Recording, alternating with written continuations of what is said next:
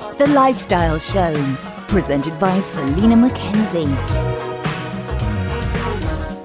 So, Peter Berry was diagnosed with young onset Alzheimer's at the age of just 50, and with a life expectancy of 8 to 10 years, he set about proving that it is possible to live well with the condition.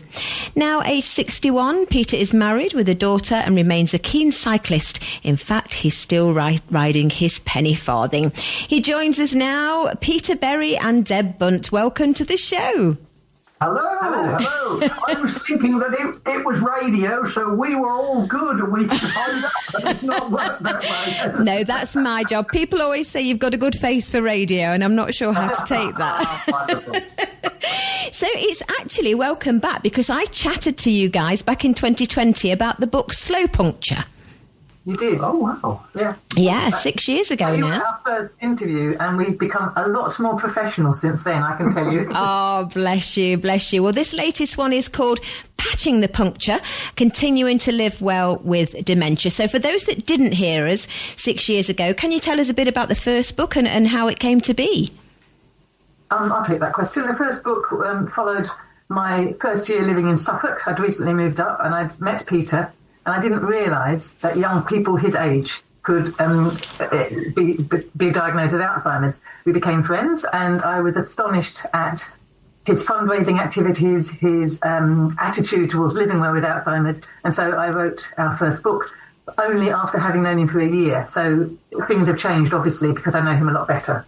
Yeah, indeed. And as far as being diagnosed is concerned, I mean, that must have been a huge shock.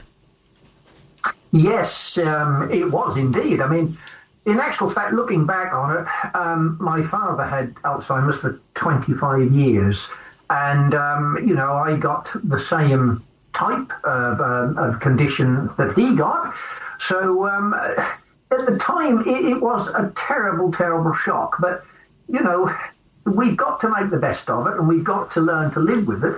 And also, for the first year, we kept very quiet about the diagnosis, and dementia took so much away from me, my business, my independence, and I suppose everything that I was about had been taken away. And I come to realise that I could give something back, and if I could give something back, that would give me a sense of purpose. And that's what I needed, just like my father had, a sense of purpose. And I believe that that's what has kept me going for as long as I am now, and as well as I am. I think as well, certainly from remembering the previous interview and speaking to you now, it's all about a positive attitude as well. I mean, you've got a great attitude to it. Yes, I think I have, and I think I've learnt that off my father. He had a very positive attitude towards his condition.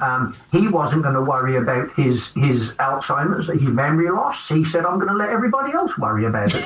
And I thought that was quite a good thing, a good way to look at it. And you see, I can't stop this condition, but can I slow it down? If I sit in a corner and I'm in a dark room, or I'm at home on my own and I don't do anything, I think it would have progressed a lot quicker. But because we can get out, we can still do things. I can still ride a bike. I can still walk and talk and do all the things that I want to do. Then why not? And I'm a great believer in keeping upbeat about it. There's a lot of people who are a lot worse off than me. Oh, bless you. Well, you're certainly proving that it's working. And when you say you can still ride a bike, you're talking about your penny farthing? Yes, yeah. I don't ride it. I haven't ridden it a great deal this winter because that hasn't been that good. But now the weather is getting better. Yeah, the penny farthing. Just jump on it and go. Yeah. In fact, last June, Peter decided to do 100 miles in one day on his penny farthing, just because he could. And for me, that was a remarkable achievement, because doing it is one thing. The next day, he sent me a message to say, "Oh, my legs are a bit stiff." He'd forgotten that he'd cycled 100 miles the previous day. So it sort of sums people up, this determination and resilience, but terrible memory. Have you ever tried to ride it, Deb? No. I already have a broken shoulder. I do not want another one. Yes, I was reading about that, actually, about your broken shoulder. How are you doing? Well, it's still broken, and unfortunately, being on radio, I can't show people, which is a real shame. Don't trust me, it's a mess. It hurts, but I can still do things, so it doesn't matter. It could have been a lot worse. Well, it says... She moan about it a lot. Well, she needs a bit of sympathy. Give her a bit of sympathy. Yes. You're not going to get any from Peter. Well, it says here that as well as acquiring a broken shoulder, you have 5 grandchildren and 6 bicycles. So are they normal bicycles? Yes, well, they're normal in that the wheels are the same size. I've got one that doesn't have any gears or a free wheel, so that's called a fixed wheel. So basically you pedal all the time. And I've got a very old bike, and I've got a road bike, and I've got a couple of others that I don't use anymore. And I've probably sold one since that was written. So I seem to have acquired bikes at a rate of grandchildren. Yeah. Probably not good, really. No. And how did you guys meet? Well, as I said, my husband and I moved to, this was a market town of Saxe, London, 7.5 years ago. We didn't know anybody or anything. We just randomly moved here. And we had a bike shop in our town, and I popped in hoping to talk to anybody, and Peter was there, and we got talking. Oh, so I was anybody, was I? Oh, I see how this is going. Anybody, or even Peter. Oh, that's better. He was there, and he offered to take me out a bike ride, which at the time I thought odd, but now I realise he literally did mean a bike ride. Well, that wasn't a chat-up line. And we just became friends, and because I'd retired, I had time to do what I wanted, and we became friends and went cycling, and he started to talk to me not only about his condition, but to tell me things about the countryside, because I'd come up from London, so I didn't know what a tree was, obviously. And we just got friendly over that year, and it's continued. Oh, that's lovely. And Peter, I mean, you're obviously very jovial, very positive, a lovely guy, but there must be some bits in your story that are real heart-rending challenges. Oh, yes, yeah. And I mean, it's not one of those things to say, oh, well, I was diagnosed with this condition and in actual fact it's all rosy and wonderful now. That's not how it works. And I went through a stage where I was very depressed in the early days after the diagnosis, which I don't think is unusual by any stretch of the imagination. And I went through 2 suicide attempts, and yeah, it was a very dark time. Now, I'm not saying that I'm cured from depression, because the condition is quite a dark place to be. But what I've done is I've created the tools to live with it. So I can visit depression and come away from it. I don't live with it anymore, if that makes sense. Yeah. And I just sometimes, when things are not quite going as well as they should and days are not as good, I just think, well, you know what? Today will be a better day. Tomorrow will be a better day. And tomorrow is a different day. And we'll do something else. And, it's all about trying to do the things that we can do and not focusing on the things that I can't do, because they're the things that get me frustrated and get me down. But if I do the things that I can do, that makes me feel more positive and makes me feel better.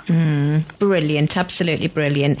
And Deb, during the time of knowing Peter and obviously the time between the 2 books, have you reflected on your own journey of self-discovery? Oh, absolutely. So not only have I learned about Alzheimer's and I've learned to look at life in a different way, I have become I've had a personality change from being incredibly shy and no self-belief to knowing I've actually achieved something too, and I quite like talking on the radio or to a crowd of people, and I'm a much more confident person, but I also have a sense of purpose, which, like Peter, we all need, and I never really had. So the last 7 years have been an extraordinary journey for me as well. And one of the things I always wanted was to be a published writer. And yes, I support Peter, but if you think about it, this is what he's given me. He's helped me realise one of my ambitions in life. So my whole world has changed totally since I've known Peter. Oh, you owe me so Oh much. my God, I can't read the rest of that message, Peter. So he doesn't give you any sympathy, but you do owe him. Oh, yes. Probably like he's forgetting about it until she mentions it again. Well, if she doesn't, I will. How about that? Oh, well done. Thank you. Peter, I want to know how you learn to ride the penny farthing, because it looks really difficult to me. Well, it's something that I've been doing for a long, long while. So I first started riding pennies when I was about 16. So I've been riding them a long, long, long while. And I had taught people to ride them. And within a couple of hours, I can get somebody up and on the bike and pedaling it. Then it takes them another 3 or 4 months to learn how to ride them properly. But they're actually very, very stable machines. You wouldn't believe I can go slower on the penny farthing than I can on a normal bicycle. They're extremely stable. They're very comfortable because you're sitting bolt upright. And yeah, they're just, the only problem with them is that they were designed before cars, roundabouts and traffic lights. So if you take all those things out of the equation and you can get on a lovely piece of road, then they're very, very, very good things to ride. And where would you actually buy one from? There's a company in Sussex, and can I say the company's name? You can indeed, yeah. Their name is they're called the Ordinary Bicycle Company, and their name is Trot and Sons. And they've got a website online, and you can buy them brand new, and they'll also give you a couple of hours tuition as well if you've never ridden one. And they're a very great, very good company, and they're all made out of modern materials, new machines. Excellent. So for about £1,500, you can head yourself a brand new penny farthing. Excellent. I don't know much about them, but I do know this: they don't have brakes. No, they And they don't. don't Oh have dear. seats. So that is a factor. If anyone out there is thinking of rushing over to buy one, they do not have brakes. And quite a long way to fall as well, I would imagine. Yes, absolutely. Yes, you've got to land on your head because otherwise it stings your feet. Oh, I'm sure. So it's really important that Peter, you get your voice heard. Are you both doing things for the Alzheimer's Society as well? Yes, we have done it in the past. I mean, we tend to do things for a lot of different. We tend to sort of spread ourselves about a little bit rather than just go with one particular charity. So we've done Alzheimer's Society, Alzheimer's Research, Dementia UK, but I think they've changed their names now. So yeah, we've done a lot, and I've always wanted just to try and educate people a little bit and try and get people to understand that, yes, it's a very bad disease, but life's not over with dementia. It's just different. And if we embrace that difference, then maybe, just maybe, we can get a little something out of it. We can get something back from it.